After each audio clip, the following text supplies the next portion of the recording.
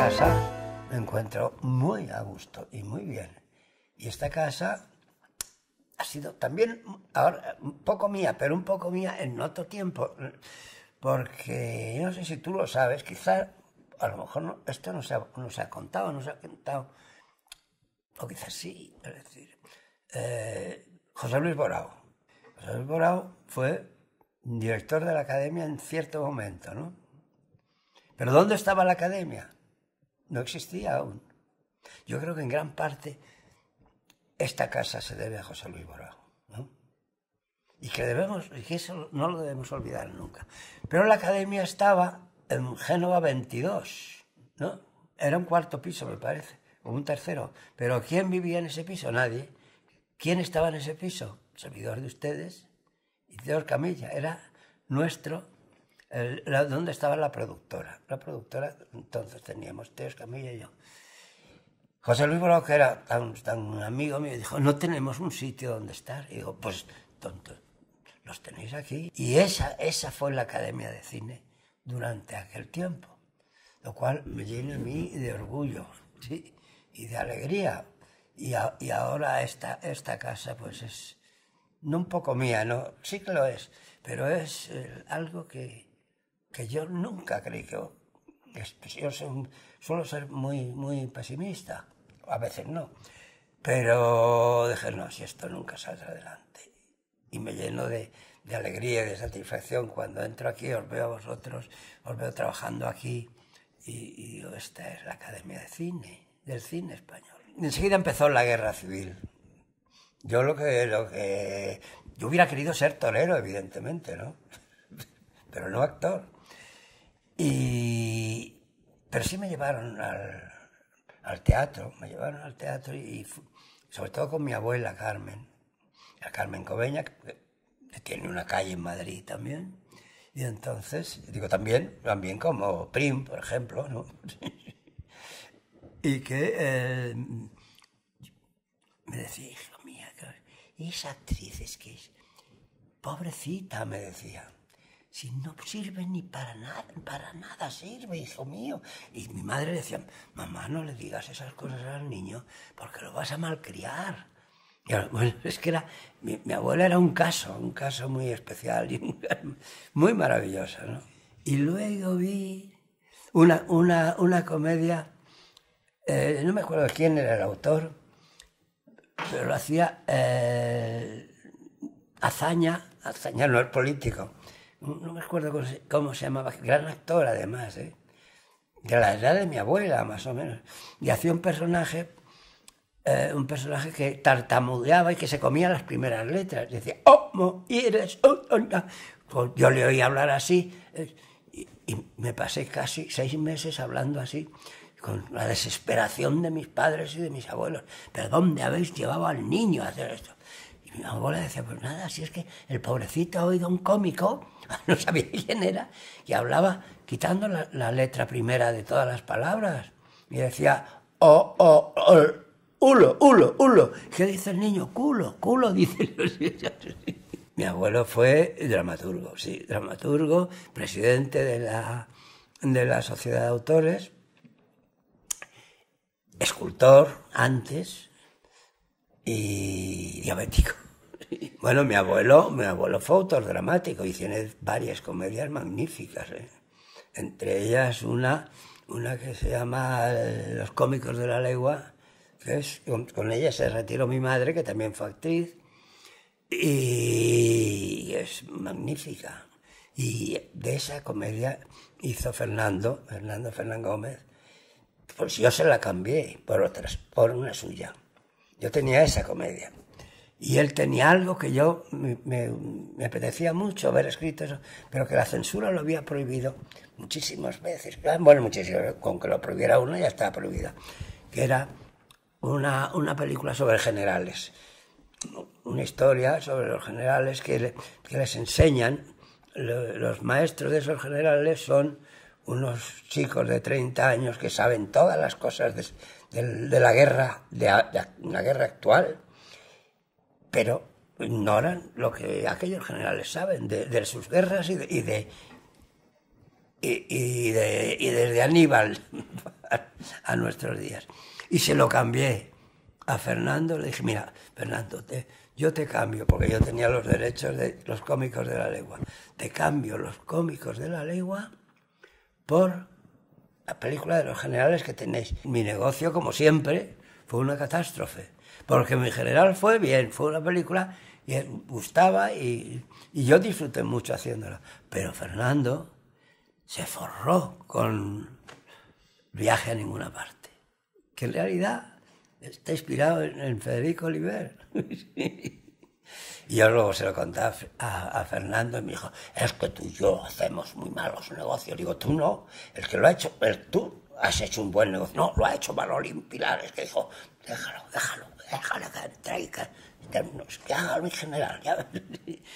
Qué malos son, ¿verdad? Algunas personas. Estos son fantásticos, los he hecho mucho de menos. ¿Y qué podía estudiar yo? Arte dramático entonces no se estudiaba, ¿no? Porque yo hice el bachillerato, yo terminé el bachillerato en 1945, justo cuando acabó la Guerra Mundial. Y entonces tenía yo 17 años. Y estudié en el Colegio Estudio, digamos, el retoño, el heredero del Instituto de Escuela de Enseñanza Libre, que Franco se cargó y se lo regaló a no sé quién.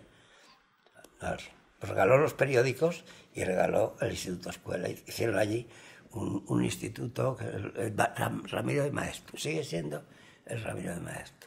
En el bachillerato se me había dado mal el latín. Mira que yo estudié bien, hice el bachillerato bien, el examen de estado lo hice muy bien. Y desgraciadamente no hice bien el latín, porque yo debería haber hecho filosofía y letras. Pero el derecho romano, por dos razones. Por una, porque a mí me interesó el derecho romano, me hizo gracia, era bonito. El libro era agradable de leer, las lecciones, y había un catedrático que lo explicaba muy bien, no así los demás. Y además, ¿quién aguanta el derecho administrativo? Muy difícil aguantar eso, ¿no? Y el derecho mercantil, ¿qué tenía yo que ver con el derecho mercantil? Etcétera, etcétera. Pero sí me dieron sobresaliente en derecho romano. Y siempre, y lo tengo en mi casa, ¿eh? Y siempre pensé que era bonito haber hecho algo con el derecho romano. Y un día se me ocurrió, le dije a Fernando, oye, Fernando, se me ha ocurrido una cosa, además se me ocurrió de una manera absolutamente absurda. Estaba yo en un concierto con una orquesta pues, de las maravillosas en el auditorio, con un director húngaro, creo que era magnífico, dirigiendo aquello. Estaba yo solo, ¿eh? Y era un poco aburrido aquel concierto. Y yo empecé a pensar, ¿cómo son estos? Estos pobres están ahí tocando lo que les dice aquel señor, que son unos esclavos. Mira, es lo que hacen. Les dice que toquen el violín, tocan el violín. Alguno tendría que rebelarse y tocar una zambomba, habría que hacer otra cosa. Y luego y repasé el derecho romano y dije, qué bonita historia es. Podía haber de un catedrático pobre, fracasado, no fracasado, sino que nadie le hace caso porque ya nadie estudia la carrera de Derecho, pues bueno. Y sin embargo, por una circunstancia, pues tiene dinero y además lo que quiere es dejar su biblioteca, todo, y tropieza con un alumno suyo al que lo odiaba. Y que sin embargo es un hombre es Agustín González, y le dice, oye, ¿por qué no me compras? Yo quiero ser esclavo. Ay, Dios, se enfadaba muchísimo. Y puso un anuncio en los periódicos de catedrático de Derecho en la ruina, vendería magnífica biblioteca jurídica. Avisos, y era la oficina esa donde empezó la Academia de Cine, ¿eh? llamó mucha gente diciendo, ¿quién es ese catedrático? ¿Y qué es? Ah, pues si a usted le interesa... No, y no, luego no le interesaba a nadie, ¿no?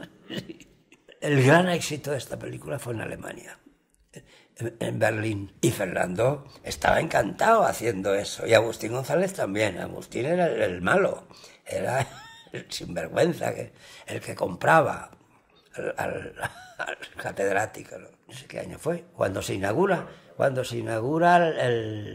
los estudios de televisión del Paseo de La Habana. Y ya me había casado con Elena Santonja, y que Elena era amiga de los Berlanga, de Luis Berlanga, de María Jesús. Y Luis Berlanga a su vez tenía un compañero, un guionista, estupendo guionista, José Luis Colina, que fue director de televisión cuando televisión empezaba. Y entonces un día vino Elena, que había estado con María Jesús y no sé qué, y no sé por qué, una reunión de algo de mujeres o de lo que fuese, no me acuerdo qué. Y había estado también con Luis Berlanga, y le dijo, oye, tú, ¿por qué no haces tú para la televisión esta nueva un programa para la mujer? Digo, porque yo no sé escribir, yo no escribo, dijo Elena, no escribo. Bueno, pero ya me había casado con ella. Digo, pero puede escribir Jaime. Y entonces ella dijo, oh, sí, qué idea más buena. Y me lo propusieron, y dije, pero tú, ¿por qué me has tomado? Que yo escriba un programa para la mujer y lo firmes tú, que yo sea el negro de Elena Santonja. De ninguna manera. Te contratamos. ya se consideraba que ya mandaba mucho en televisión.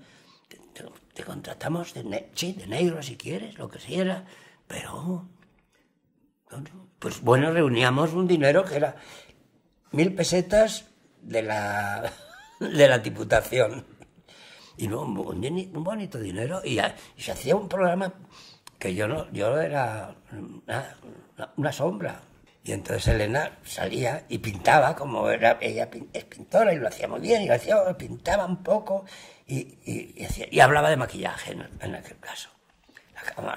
Ella haciendo aquello, maquillaje, muy desparpajada, como siempre, y pintaba una carita y una señorita con tiza, y decía, mira, hablemos de maquillaje. No se me olvidará nunca, ¿eh? Yo estaba un poco volado allí diciendo, Dios mío, ¿qué va a decir esta del maquillaje? Porque ya me la conocía. Y dice, mire, si tiene esto, y daba las correcciones. Y de pronto decía, vamos a ver, y si tiene usted la cara en forma de pera, se quedó callada un rato.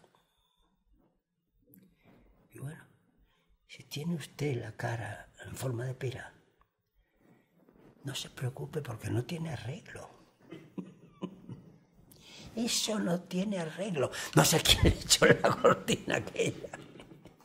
Al día siguiente nos mandaron un motorista con el cese. Porque según dijo Luis Berlanga, pero a lo mejor era ya imaginación suya, la señora de un ministro tenía la cara de pera. Adolfo Marsillach, no sé si lo he dicho, fue el padrino de mi hijo Álvaro. Y José María Forqué fue el padrino de mi hijo Eduardo. Pues por esta unión, ¿no? Entonces, un día, yo ya había estrenado, creo que había estrenado Café del Liceo con Adolfo en Barcelona. Y entonces, Adolfo iba a hacer una película con José María Forqué como director de la película. Creo que el protagonista era Diosdado y la estrella era Carmen Sevilla, y ocurría en Argentina. Adolfo Marsillach le dijo a José María, le dijo, mira, aquí hay un chico, yo era un chico todavía, un chico que hace cosas en televisión y que yo le he estrenado una comedia, es premio Calderón de la Barca, es premio Era ya premio Calderón de la Barca y premio Lope de Vega. Aunque no haya hecho muchas cosas de cine, no ha hecho ninguna a lo mejor, pero nos puede echar una mano, porque no sabían cómo salir de aquel guión. Y entonces, pues por eso me llamaron a mí, y yo me quedé lívido porque no me gustó nada el guión, y dije, pero ¿y para qué me queréis a mí?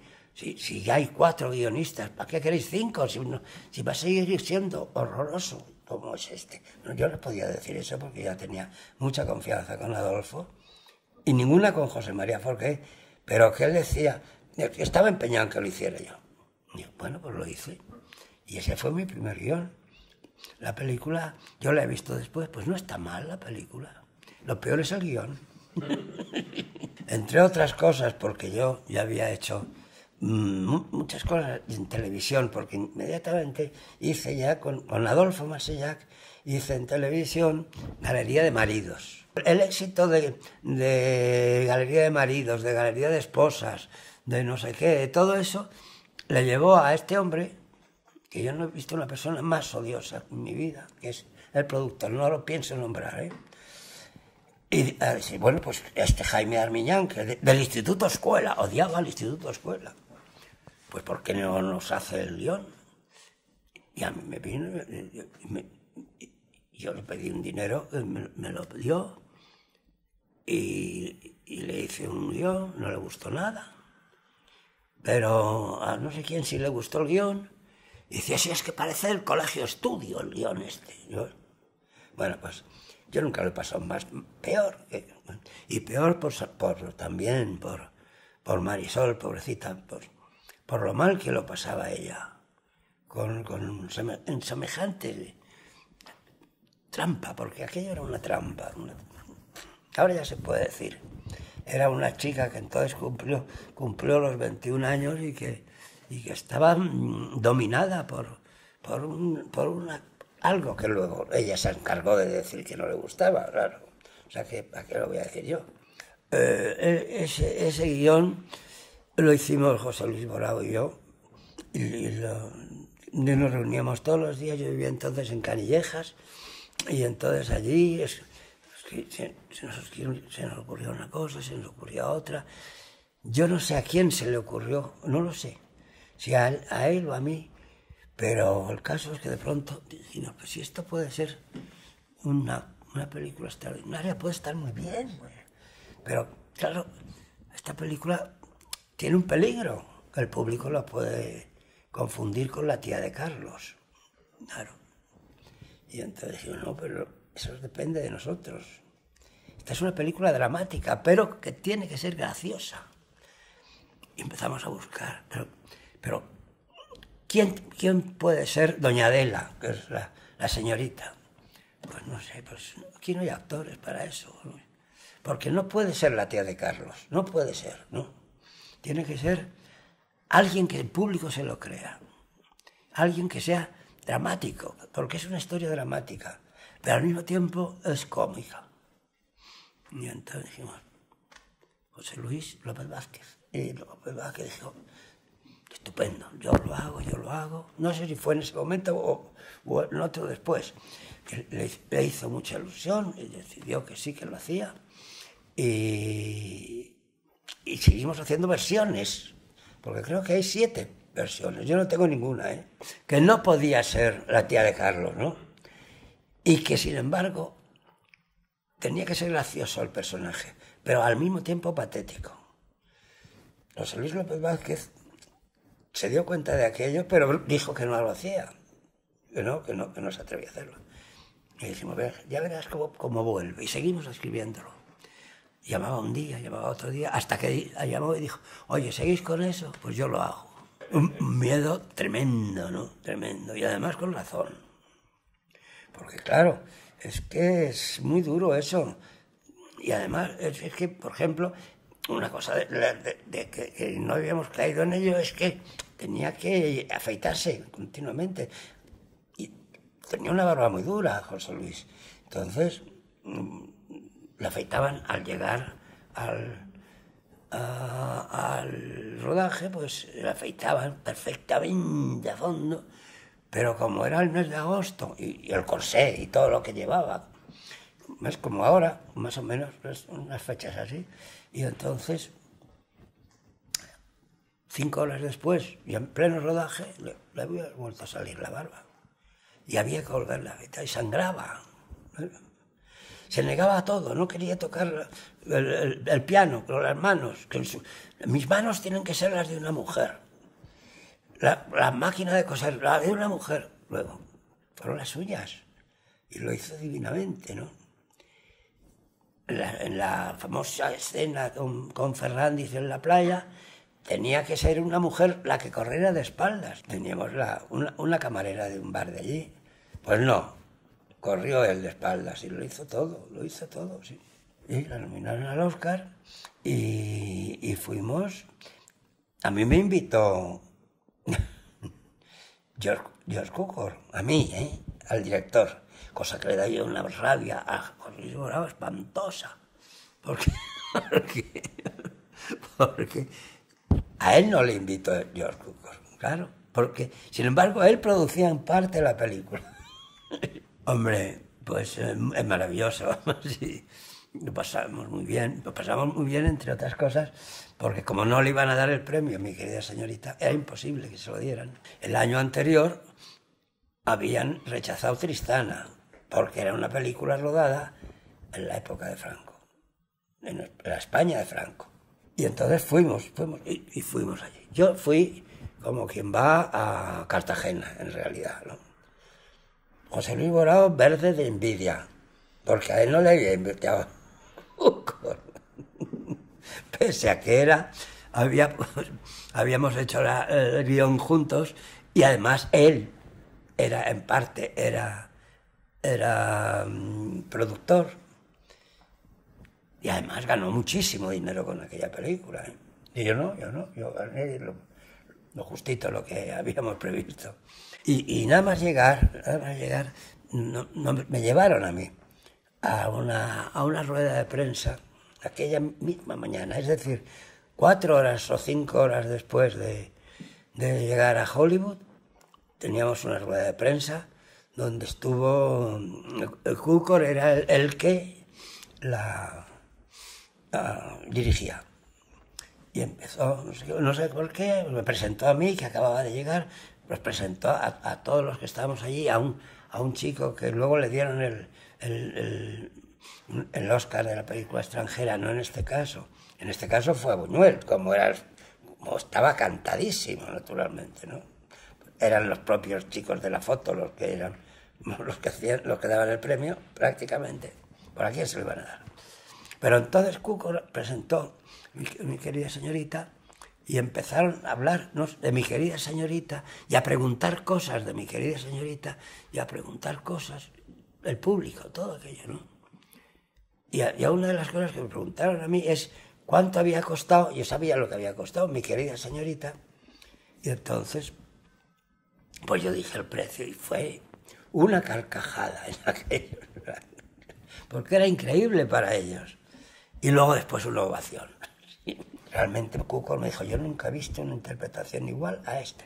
Este es el mejor actor que hay ahora en el mundo. Eso me lo dijo a mí. Bueno, no, es que quiso contratarle.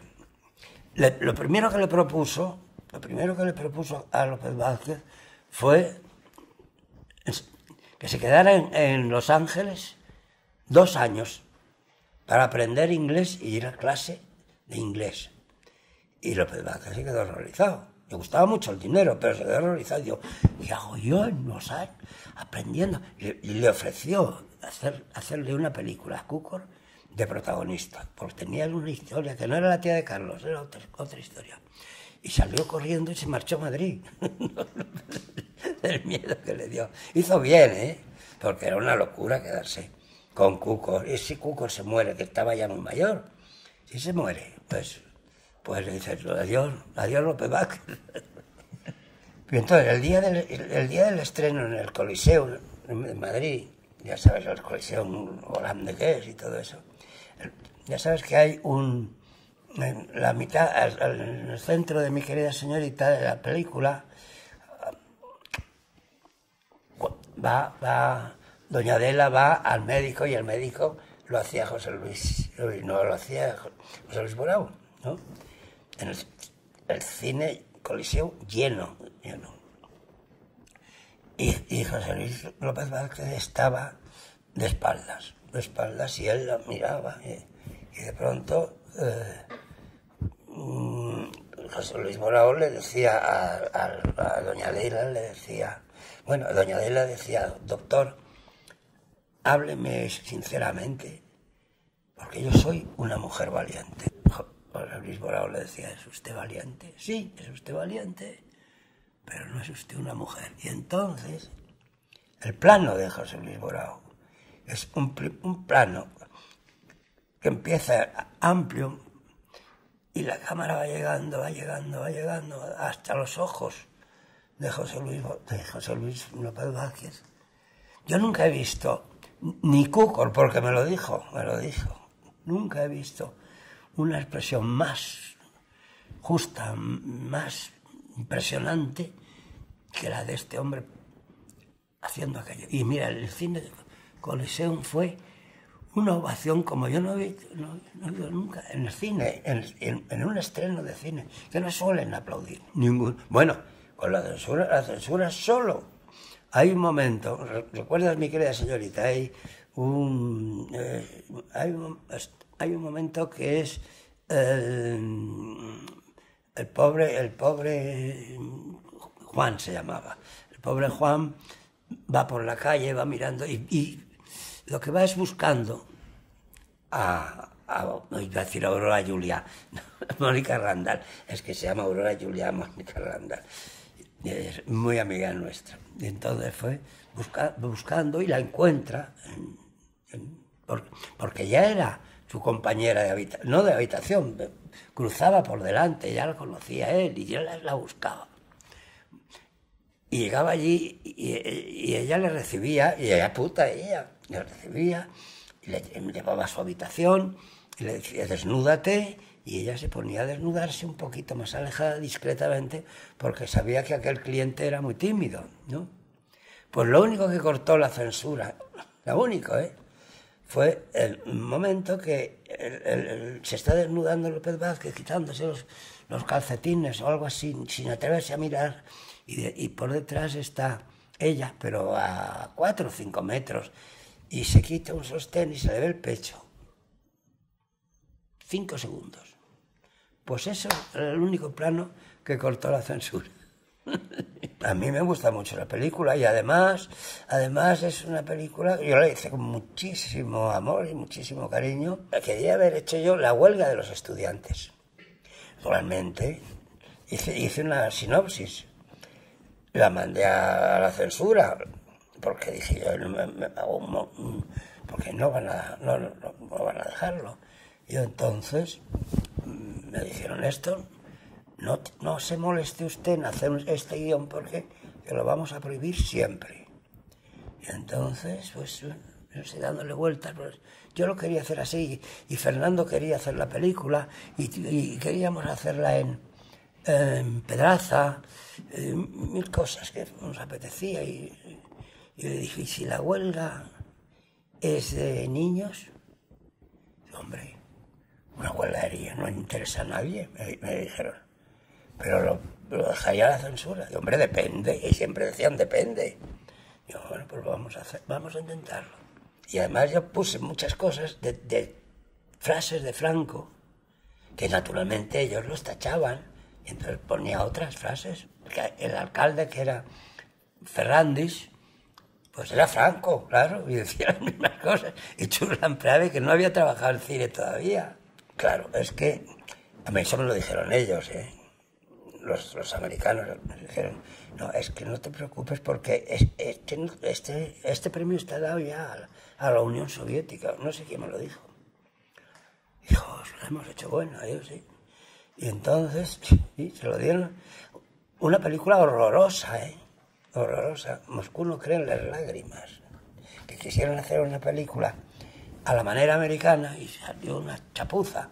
Y además los americanos se les dieron el premio porque les interesaba mucho el cine soviético aquel año no sé por qué razón, en la academia de Hollywood. Fernando era maravilloso. También he trabajado a gusto con José Luis Borao, pero con José Luis nos peleábamos mucho y con Fernando yo no me peleaba nunca en nada. Pero es que trabajar con Fernando era muy, muy maravilloso porque se le ocurrían tantas cosas además. Y yo me quedaba empequeñecido con Fernando. Yo no he visto una persona con más talento y más vida y más... Fernando Gómez. No nos lo merecíamos ese actor. Ninguna, por supuesto que no. Pero además ellos lo sabían. Y si no lo sabían, peor para ellos, porque eso sí que no se debe consentir de ninguna manera. Este es el texto, ¿te gusta? Sí, venga, pues vamos a hacerlo. ¿Sí? Eso hay una anécdota de Miura que es muy graciosa. No me acuerdo con quién era. Miura estrenó una comedia suya que tuvo un gran éxito, y, no sé, en los últimos años de eso. Y Miura no fue al estreno porque le daba mucho miedo, ¿no? Por las razones que fuera, no quiso ir.